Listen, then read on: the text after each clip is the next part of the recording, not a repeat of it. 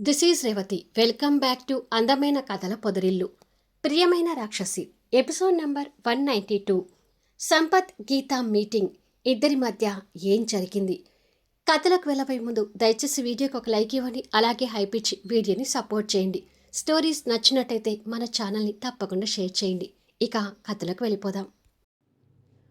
Anandi pregnant అనే విషయం తెలుసుకున్న చాందిని సంపత్ దగ్గరికి వచ్చి ఆ విషయం సంపత్కి చేరవేస్తూ, ఇదిగో స్వీట్ బాక్స్, ఆనంది తల్లి కాబోతుంది అని అశ్విన్ అందరికీ ఆఫీసులో స్వీట్స్ పంచిపెట్టాడు అని స్వీట్ బాక్స్ ఇవ్వబోతుంది.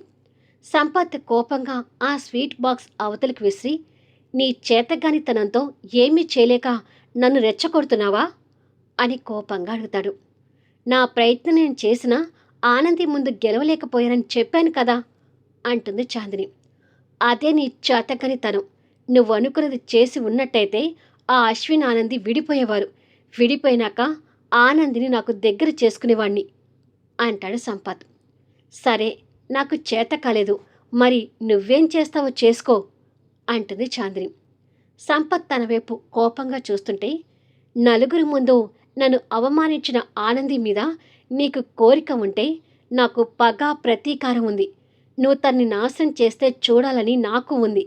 నేను చేతగాని దాన్ని అని నన్ను నిందించడం ఆపి నువ్వేం ప్లాన్స్ వేసుకుంటావో వేసుకో.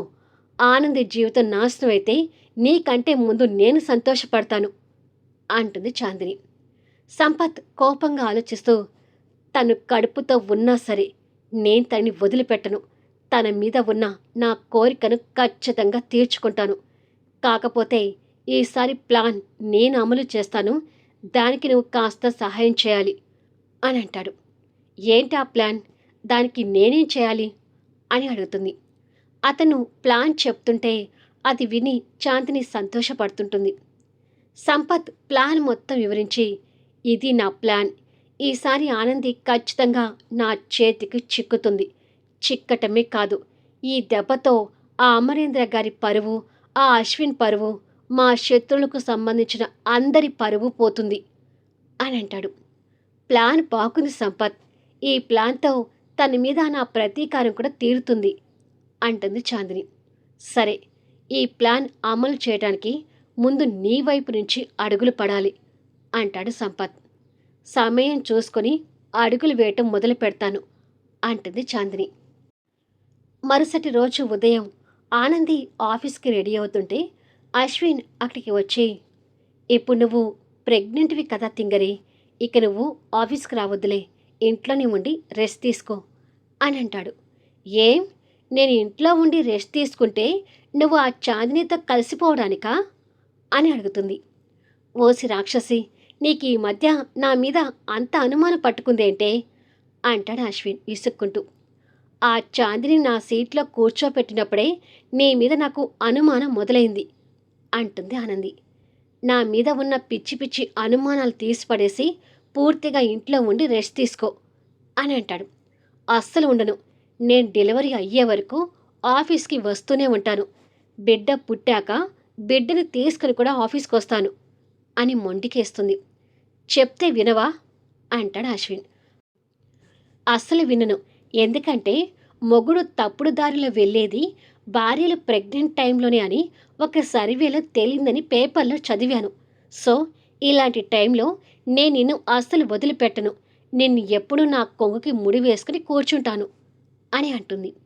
అబ్బా, నీ అనుమానం తగలయ్యా. అలాంటి సర్వేలు నీ కంట్లోనే పడాలా? నేను మంచివాణ్ణి, నువ్వు అనుకున్నట్టుగా చెడ్డవాణ్ణి కాదు అంటాడు అశ్విన్.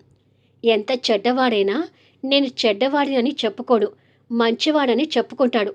నేను నిన్ను నమ్మను అని అంటుంది.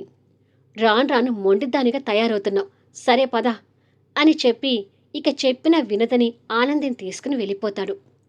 ఆనంది అశ్విన్ ఆఫీస్కు రాగానే కంగ్రాట్స్ మేడం అంటూ స్టాఫ్ విషెస్ చెప్తుంటారు. థ్యాంక్ యూ అంటూ వాళ్ళకి నవ్వుతూ బదిలిస్తుంది. చెప్పకపోతే బాగోదు అన్నట్టుగా చాందిని కూడా పైకి నవ్వుతూ కంగ్రాట్స్ మేడం, కంగ్రాట్స్ సార్ అని చెప్తుంది. కానీ మొదటి నుంచి చాందిని అంటే ఒక నెగిటివ్ ప్రభావం ఏర్పడేసరికి ఆనంది తన్ని కోపంగా చూస్తూ, రాయమ్మా మనం క్యాబిన్లోకి వెళ్ళిపోదాం అని చెప్పి అశ్విన్ చేపట్టుకుని వెళ్ళిపోతుంది. వెళ్తున్న ఆనంది వైపు చాందిని కోపంగా చూస్తూ, అవకాశం చూసుకొని సంపత్ వేసిన ప్లాన్ ఇంప్లిమెంట్ చేస్తాను. ఆ ప్లాన్‌కి నువ్వు బలి అవుతావులే ఆనంది అని మనసులో అనుకుంటుంది. గీత ఒక కాఫీ కేఫ్‌లో కూర్చొని కాఫీ తాగుతూ తన ఫ్రెండ్ రూపాతో తన పెళ్లి గురించి మాట్లాడుతుంటుంది. నా పెళ్ళికి ఫ్రెండ్స్ అందరినీ ఇన్వైట్ చేస్తున్నాను.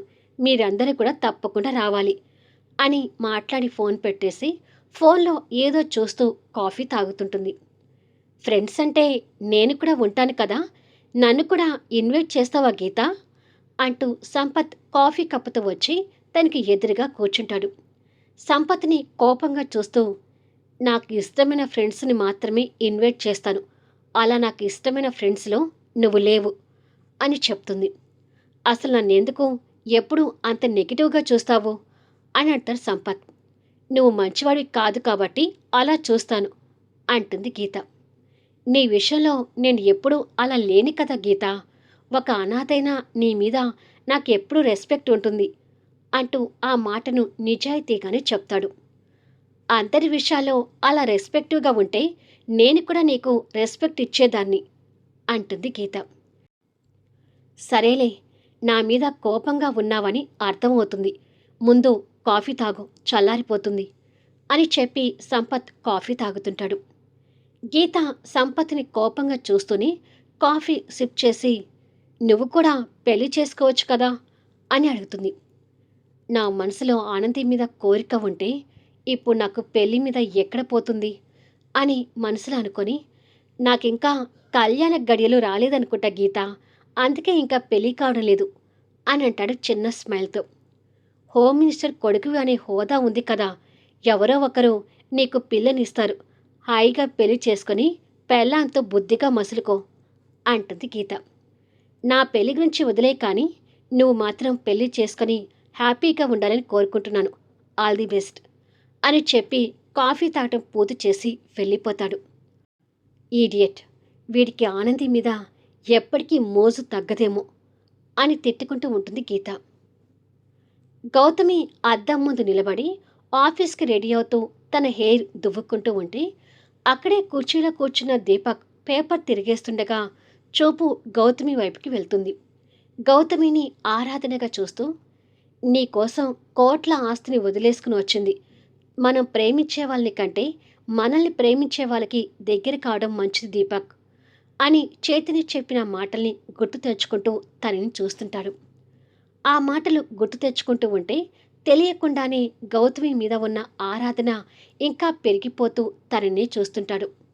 గౌతమి హెయిర్ ముందుకు వేసుకుని దువ్వుకుంటూ అనుకోకుండా దీపక్ని అద్దంలో చూస్తుంది. దీపక్ తనని చూడటం గమనించి కాస్త ఆశ్చర్యపోతుండగా దీపక్ వెంటనే తమాయించుకొని చూపుని మళ్ళీ పేపర్లో నిలుపుతాడు. దీపక్ని ఆశ్చర్యంగా చూసి గౌతమి అద్దంలో చూసుకుంటూ మళ్ళీ హెయిర్ దువ్వుకుంటూ ఉంటుంది. మళ్ళీ ఈసారి దీపక్ చూపు గౌతమి వైపు వెళ్తుంది. గౌతమి మళ్ళీ అనుకోకుండా చూడటం, దీపక్ మళ్ళీ తమాయించుకొని చూపు పేపర్లో నిలపడం జరిగిపోతుంది.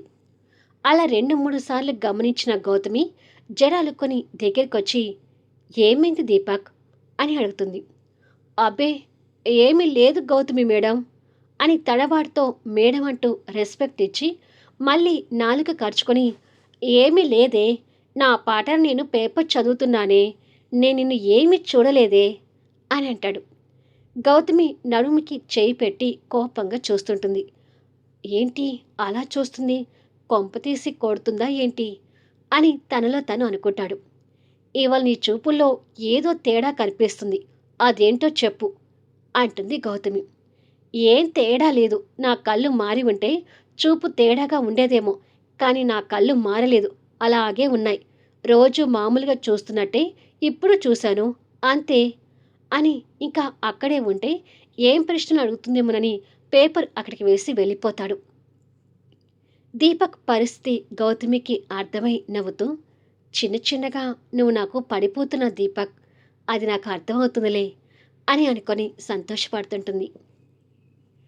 అశ్విన్ రూమ్లో కూర్చొని ఫోన్ కాల్ మాట్లాడుతుండగా, నాకొద్దు ముత్యాలు, ఆ టానిక్ తాగాలంటే నాకు చేదుగా ఉంది, యాక్ అంటూ రూమ్లోకి వస్తుంది ఆనంది. అలా అనకూడదమ్మా. ఎంత చేదుగా ఉన్నా ఈ టైంలో డాక్టర్ ఇచ్చిన మెడిసిన్ కరెక్ట్గా వాడాలి అంటూ ముత్యాలు టానిక్ బాటిల్ పట్టుకొని లోపలికొస్తుంది. అశ్విన్ వాళ్ళిద్దరిని చూసి నేను తర్వాత కాల్ చేస్తాను అని ఫోన్ పెట్టేసి ఏమైంది అని అడుగుతాడు. ఆనంది మేడం టానిక్ తాగమంటే తాగటం లేదు బాబుగారు. ప్రెగ్నెంట్ టైంలో ఈ టానిక్ ఆరోగ్యానికి చాలా మంచిదని శిరీష మేడం పంపించారు అని చెప్తుంది ముత్యాలు. అది చేదుగా ఉంది అమ్మా, నాకొద్దు అంటూ చిన్నపిల్లల మొహం చిట్లించుకుంటూ చెప్తుంది. అది నాకిచ్చి నువ్వెళ్ళు ముత్యాలు, తనతో నేను తాగిస్తానులే అంటాడు అశ్విన్. సరే అశ్విన్ బాబు, తను వద్దంటున్నా ఎలాగైనా బలవంతంగా తాగించండి అని చెప్పి ముత్యాలు ఆ టానిక్ బాటిల్ ఇచ్చి వెళ్ళిపోతుంది. ప్లీజ్ అమ్మా, ఆ టానిక్ నాకొద్దు అంటూ చిన్నపిల్లల మారం చేస్తూ అంటుంది. నువ్వు ఈ టానిక్ తీసుకున్నావా లేదా అని శిరీష నాకు ఇప్పటికే 2 సార్లు ఫోన్ చేసి అడిగింది తెలుసా. ప్రెగ్నెంట్ లేడీకి ఈ టానిక్ తాగితే తల్లి బిడ్డ ఆరోగ్యంగా ఉంటారంట అని అంటాడు. ఆనంది ఆ టానిక్ చూస్తూ మొహం చిట్లించుకొని నాకు వద్దు అమ్మా అని అంటుంది. ఇలారా కూర్చో అంటూ తన్ని పక్కన కూర్చోబెట్టుకొని నువ్వు ఈ టానిక్ తాగితే ఒక మంచి గిఫ్ట్ ఇస్తాను అంటాడు అశ్విన్.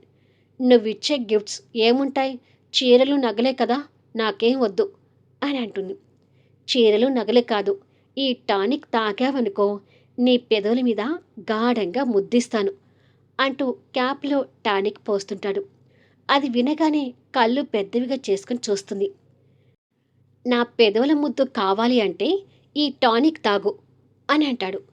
అశ్విన్ ఇచ్చే ప్రియమైన ముద్దు కోసం వెంటనే టానిక్ తీసుకుని నోటిలో పోసుకుంటుంది.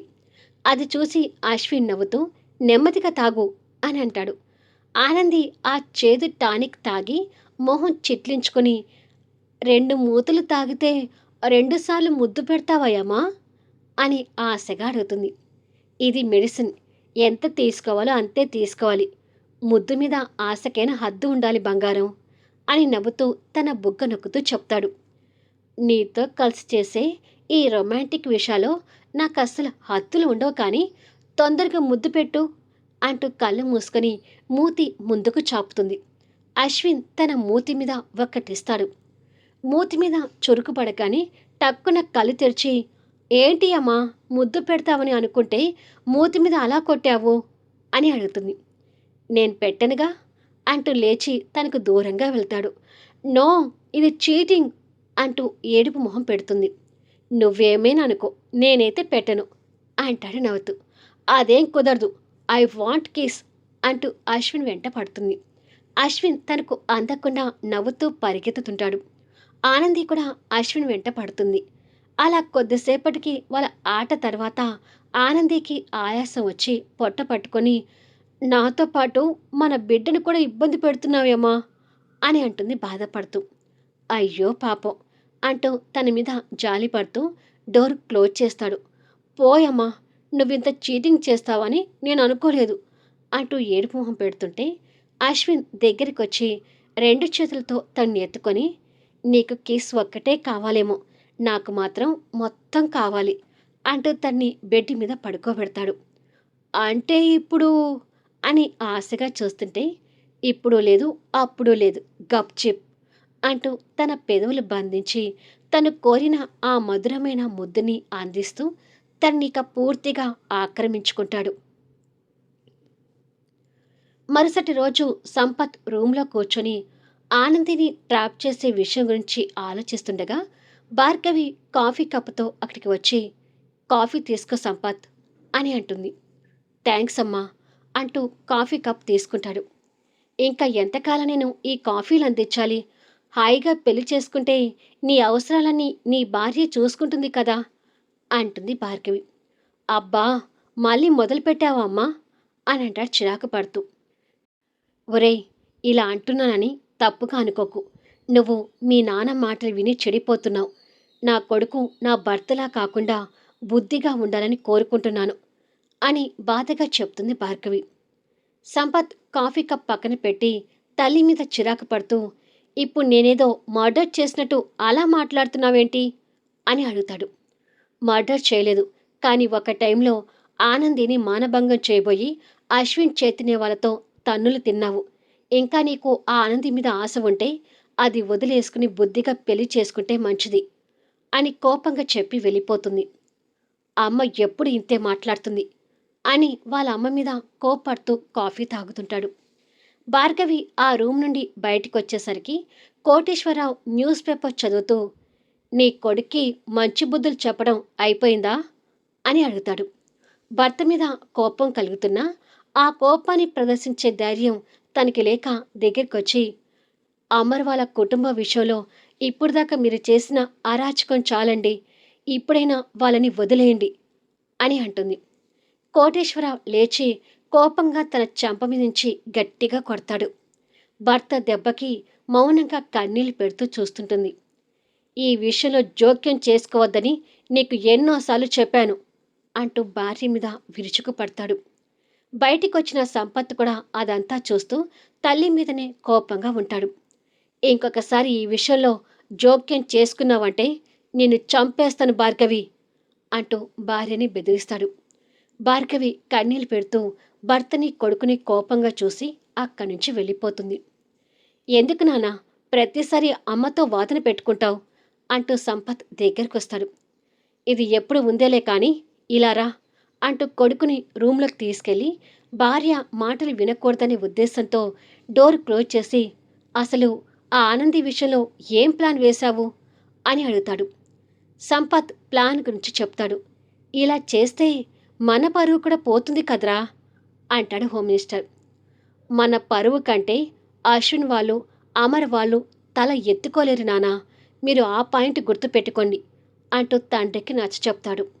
సరే కానివ్వు, త్వరగా నీ ప్లాన్ అమలయ్యేటట్టుగా చూడు అని అంటాడు. అలాగే అని చెప్పి సంపత్ డోర్ తీసుకుని వెళ్ళిపోతాడు. కోటేశ్వరరావు మళ్ళీ డోర్ వేసి తమ్ముడికి ఫోన్ చేసి ఆ ప్లాన్ గురించి వివరిస్తుంటాడు.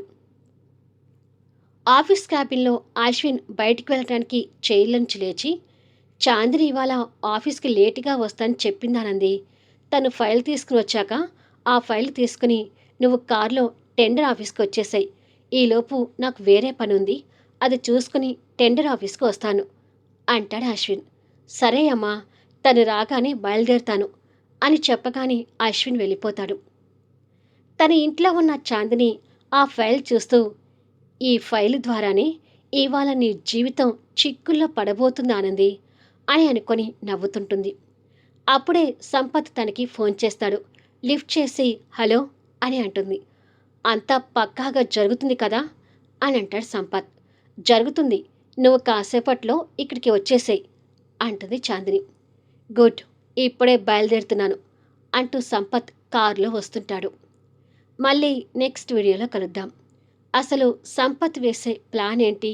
ఆ ప్లాన్తో ఆనంది రిస్క్లో పడబోతుందా? కథ నచ్చితే లైక్ చేయండి, హైప్ ఇవ్వండి, మీ అమూల్యమైన అభిప్రాయాలు తెలియచేయండి. అలాగే మన స్టోరీస్ని తప్పకుండా షేర్ చేయండి. Thank you for listening.